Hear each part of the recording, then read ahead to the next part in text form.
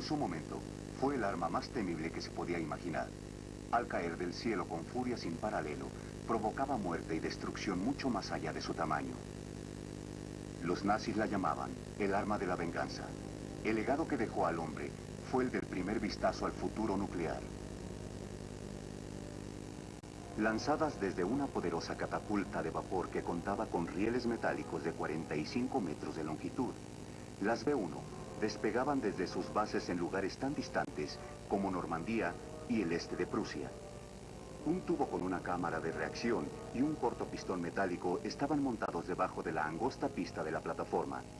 Un dispositivo llamado carretilla inyectaba gas en el tubo, lo que impulsaba al pistón hacia adelante.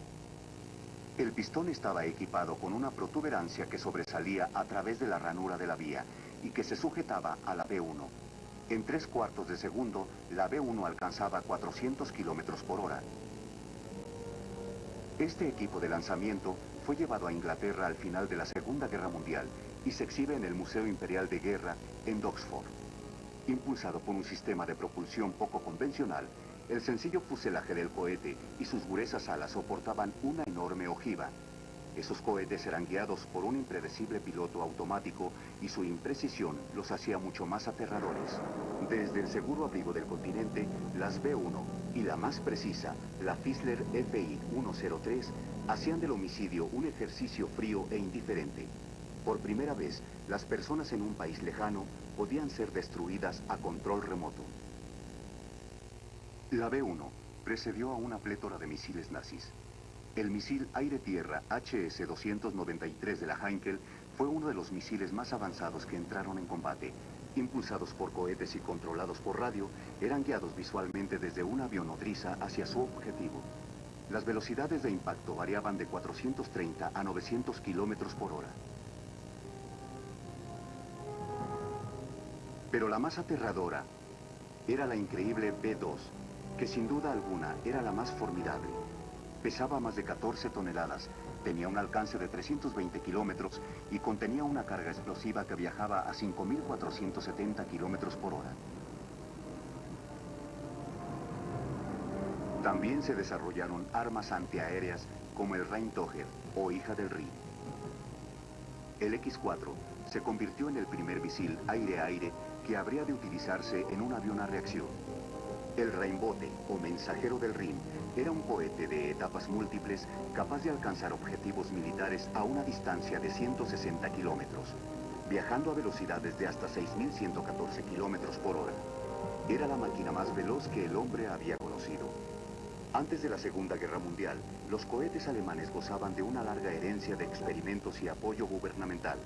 Hacia 1930, los trabajos de personas como Klaus Riedel, Rudolf Neiber y Kurt Heinz guiaban al mundo. Sus esfuerzos fueron seguidos por Herbert von Braun y Hermann Oberth, que tal vez sean los nombres más importantes en el desarrollo de los cohetes.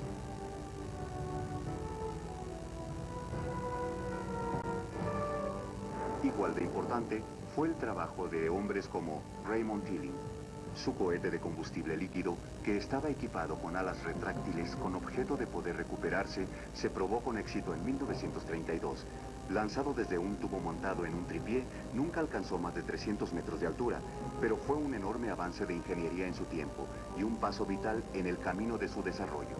Cuando los cohetes alcanzaban su cenit y el combustible se agotaba, las alas se extendían y el dispositivo caía en espiral a tierra y se recuperaba.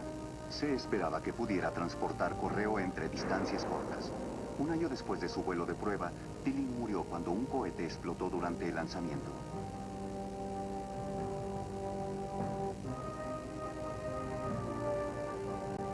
Gerhard Zucker también apoyaba el concepto del transporte de correo por medio de cohetes.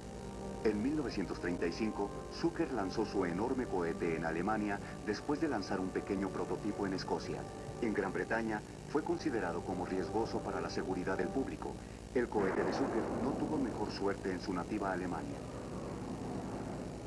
El HS-293, que se benefició con el conocimiento que los alemanes tenían en el campo de los cohetes, formaba parte de la enorme familia de armas aire-tierra que Heinkel había desarrollado. Impulsado por un cohete de propulsión Walter 109 de combustible líquido, el misil consistía de una bomba SC-500 con fuselaje y alas. El Walter 109 tenía tanques internos para el T-Stop o hidróxido de peróxido y el Z-Stop o permanganato de sodio que utilizaba como combustibles. El motor generaba cerca de 590 kilos de empuje durante 10 segundos, agregando 193 kilómetros por hora a la velocidad de despegue. Este era liberado entre los 396 y los 2000 metros de altura y su alcance era de 3 a 17 kilómetros.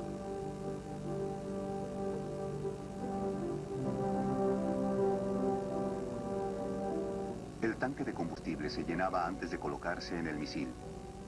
Aquí vemos un modelo HS-293D que se prepara para su lanzamiento desde un Heinkel HE-111H.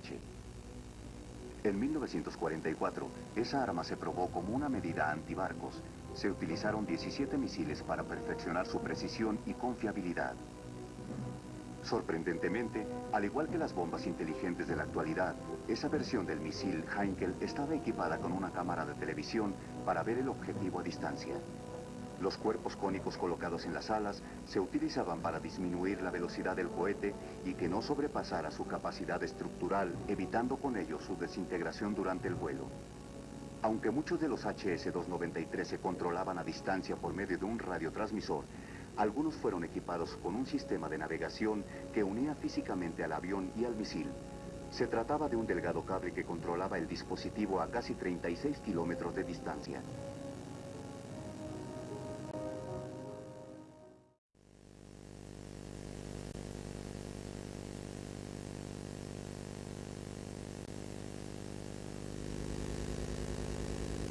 Este es el Antonov 124, una máquina enorme con espacio interior para carga casi comparable a medio campo de fútbol. Este gigante de transporte a reacción soviético es una maravilla de la ingeniería moderna, pero el concepto de su amplio fuselaje puede encontrarse en los primeros días de la Segunda Guerra Mundial, cuando las fuerzas de Hitler se preparaban para invadir Inglaterra. Con su nariz de bisagras para cargar por delante y su tren de aterrizaje inclinable que baja la cabina para recibir la carga, el 124 es un transportador aéreo de las modernas rutas celestiales.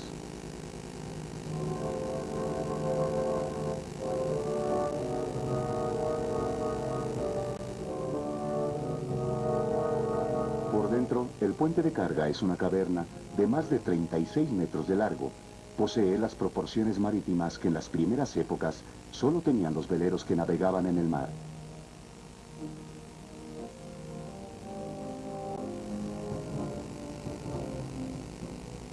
Esta máquina descomunal puede llevar más de 115 toneladas de carga a cualquier rincón de la Tierra. Los pioneros de la aviación no habrían imaginado ni en sus sueños más fantásticos un avión tan colosal.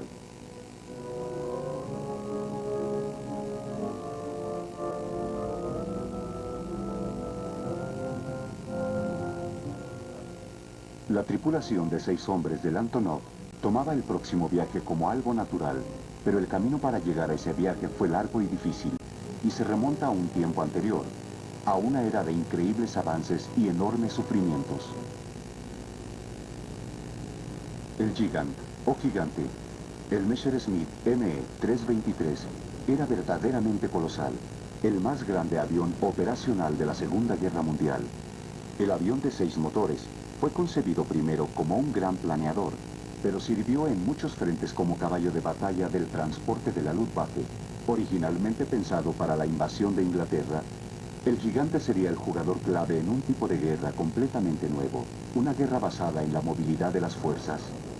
En el infierno de lodo que fue la Primera Guerra Mundial, 2 enormes ejércitos ligados en una lucha de muerte y carnicería que no tenía vuelta atrás. Inmóviles, sus trincheras se extendían desde el Mar del Norte a la frontera suiza. Entre ellos se extendía un infierno árido, lleno de cadáveres llamado la Tierra de Nadie. Como el círculo interior del infierno de Dante, era una pesadilla de fuego y tierra removida, colmada por los lamentos de los heridos y agonizantes.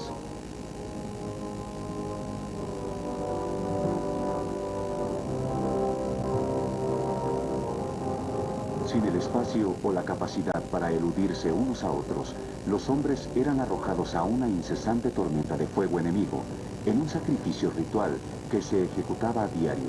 Después de 4 años de matanza, la línea delantera en algunas zonas solo se había movido algunos metros.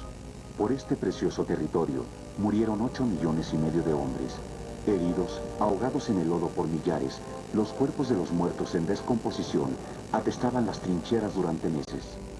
Sobre los ejércitos de tierra, las máquinas armadas cubrían el cielo dejando caer una lluvia de acero letal. Estas mismas armas transformaron la guerra ofensiva en algo obsoleto. Cada ataque tenía que ser frontal, y por primera vez en la historia, la guerra se convirtió en un asunto estancado y continuo, con 2 grandes ejércitos atrapados durante años, tan cerca que podían oírse unos a otros.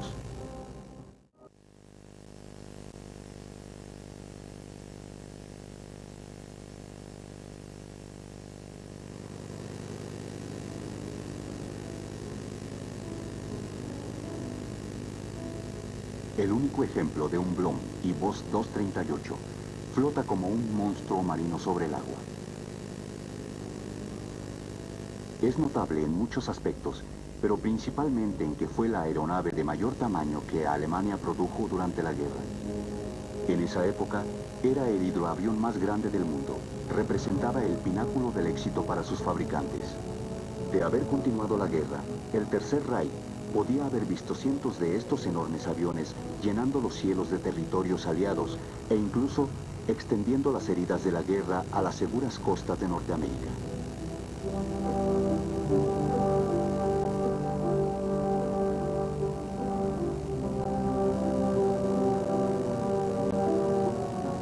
Estos hidroaviones ofrecían al Tercer Reich un mayor alcance y la capacidad para enormes cantidades de cargas explosivas. Podían compensar su falta de barcos capitales y otro tipo de fuerza naval importante.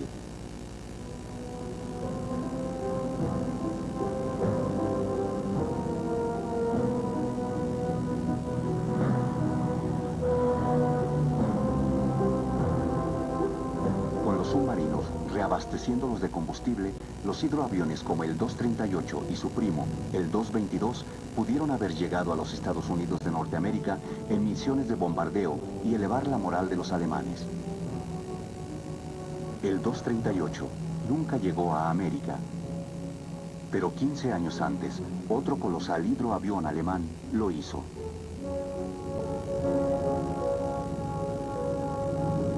En 1929, el Dornier DOX era el avión de mayor tamaño en el mundo.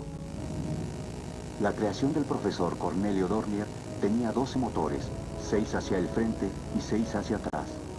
Los ingenieros tenían acceso a ellos vía túneles dentro de las enormes alas.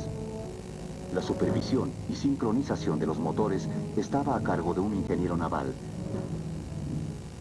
Era un trabajo de tiempo completo para varios hombres. Se le consideraba un competidor de los transatlánticos. Era otra forma en que la gente adinerada podía viajar viendo el mar desde el aire en vez de hacerlo desde la cubierta.